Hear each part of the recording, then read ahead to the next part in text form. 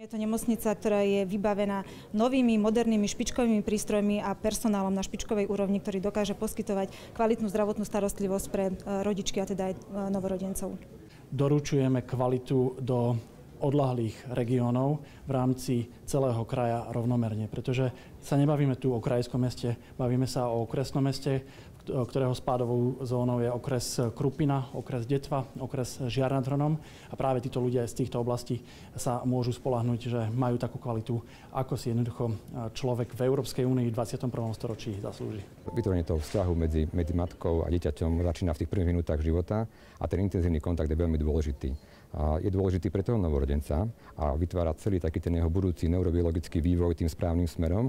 Je dôležité aj pre tú matku. Tá matka, ktorá práve zažila veľmi intenzívny zážitok, častokrát aj nepríjemný, spojený s bolesťou, tam vidí toho novorodenca a takýto prežitok potom znižuje významným spôsobom riziko posttraumatickej stresovej poruchy u tej matky. Vo Zvolenie sme mali minulý rok viac ako 1100 pôrodov, konkrétne to bolo 1112 novorodencov.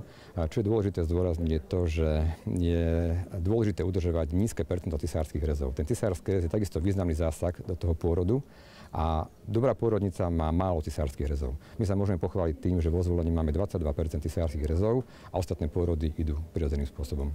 Včera to bola premiéra pre mňa tu. Veľmi super, personál milý, naozaj príjemne som sa cítila, boli tu fakt super ľudia, nemôžem povedať nič, ešte aj zaobstarali malého, takže perfektné.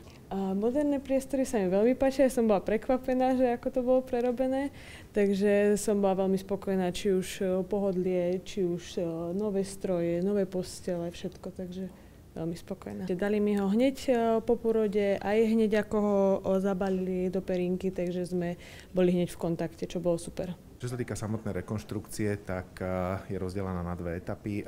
Táto časť, v ktorej sa teraz nachádzame, tá stavebná stála cca 2 milióny eur a 500 000 je technika a všetko ostatné vybavenie. No a samotná rekonštrukcia trvala cca 2 roky. Sme boli nútení požiadať samosprávny kraj o zrušenie pôrodnice v Žiari nad Hronom. Okrem iného aj vyhláška o optimalizácii siete nemocníc určuje určitý počet pôrodov, ktorý už teraz vieme, že nie je možné v žiarskej nemocnici naplniť a práve preto je k dispozícii táto pôrodnica s celkovou kapacitou 1600 pôrodov, ktorá bez problémov obslúži aj ten región, spádový región žiarskej nemocnice.